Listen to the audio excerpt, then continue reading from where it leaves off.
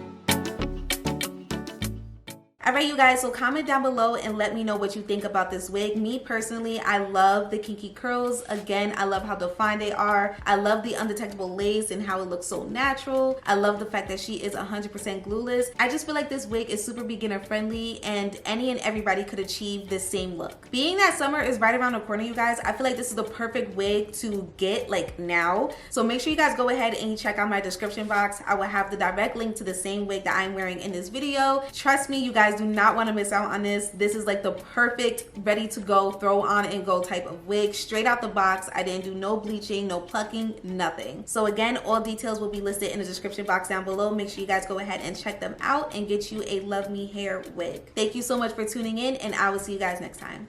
Bye.